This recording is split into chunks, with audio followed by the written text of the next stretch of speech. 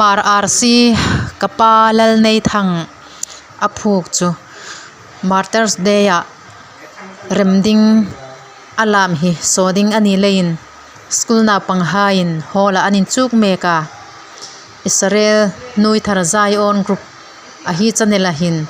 hungsi lut kata lam anin chuk mekani kapa la phuk hi alam lehin a umsa ngal ani olek Israel le thar Zion group a kapa la phua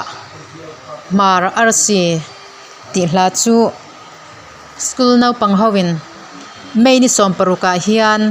Martyrs Day pasal tha puala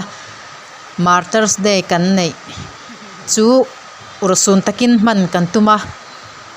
heta hian kapa hlaphuwa mar arsi man masihla kan ti chu